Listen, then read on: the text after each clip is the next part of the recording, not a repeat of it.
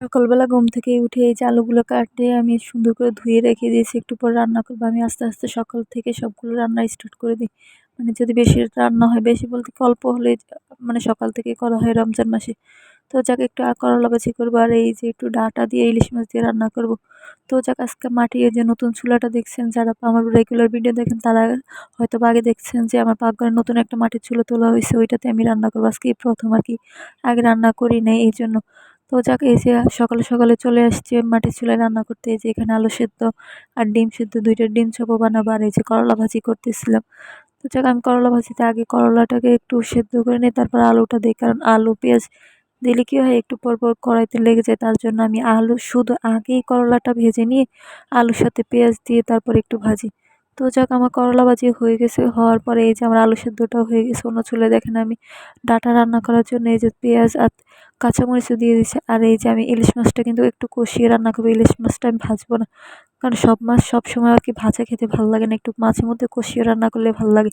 আর বিশেষ করে ইলিশ মাছটা একটু কষিয়ে রান্না করলেই ভালো লাগে। তো যাক এই যে মাছটা আমি ভালো করে কষানো শেষ হলে যে আমি একটু উঠিয়ে তারপর ডাঁটাটা দিয়ে দিব। ডাঁটার সাথে আমি কিন্তু একটা আলুও দিয়েছি। তো যাক এই যে এই পর্যায়ে হয়তোবা আমার মাছটা হয়ে গেছে। তো আমি আস্তে আরেকটু মানে আরেকটু ঢাকনা দেওয়ার পর তারপর তুলব। তো যাক ১ পিস একটু পরে ১ পিস, ১ পিস করে সবগুলো তুলে নিছি মাছটা। আমি দেখেন আরেকটু হওয়ার জন্য আমি একটু ওয়েট করতেছিলাম। তো যাক হওয়ার পরে এই যে আমি ডাঁটাটা দিয়েছি। আর ডাঁটার সাথে কিন্তু আমরা নারকেল বাটা খাই।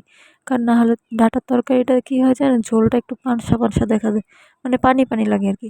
তো যাক নারকেল বাটাটা দিলে তরকারির ঝোলটা একটু মানে ঘন হয়। তো আমরা কিন্তু ডাঁটার সাথে নারকেল বাটা খাই। আমি নারকেল বাটাটা দিয়ে দিলাম। তো যাক নারকেলের জন্য কিন্তু হলুদ দেখা যাচ্ছে না। মানে তরকারিটা সাদা, সাদা লাগে আরকি। তো যাক একটু আমি ভালো করে কষিয়ে নেব। কষিয়ে নেওয়ার পরে এই যে পানিও দিয়ে দিব একটু পরে। একটু ভালো করে কষিয়ে দেয় আমি 70% থেকে 70 কি 80% এর সব তরকারি আমি হয়ে যাওয়ার পরে এই যে পানি দেই। মানে অল্প পানি দেই আরকি। যাতে মানে পানি, পানি না লাগে তরকারি। অনেকে আছে না একটু পর ঝোল শেষ হয়ে যায়, আলু সেদ্ধ হয় না, তরকারি সেদ্ধ হয় না, আবারও পানি দেয় না। আমি 70% 70 থেকে 80% আমি তরকারি কষানোর মধ্যে সিদ্ধ করে ফেলি, কিন্তু আর বাকি 20% থাক আর 10% থাক ওইটা আমি মানে পানি দিয়ে সেদ্ধ করি।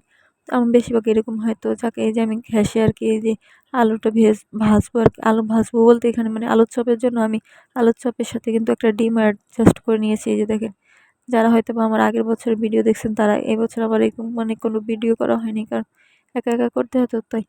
তো যাক এই যে আমার অন্য ছিল আমার তরকারি হয়ে গেছে। আমি একটু ঘ্যাসে এনে উপর দিয়ে কিছু জিরার গুঁড়া দিয়ে দিয়েছি। একটু জাল দেওয়া মানে একটু বলক নিয়ে আসবো, যেহেতু নারকেলের তরকারি একটু ১৯-২০ হলেই নষ্ট হয়ে যাবে। আর গরম তো পড়তেছে মাশাআল্লাহ আলহামদুলিল্লাহ মোটামুটি ভালোই। তো যাক এই যে দেখেন আমার এই যে দিন কিন্তু আমার কিছু মেহমান মানে মেহমান বলতে কিছু লোককে ইফতারি দিছি। হয়তোবা ওইটার ভিডিও করা হয় নাই। তার জন্য একটু আলোচনাগুলো একটু বেশি হয়েছিল। তো যাক আজকের ভিডিও পর্যন্ত। সবাই ভালো থাকবেন, সুস্থ থাকবেন। আল্লাহ হাফেজ।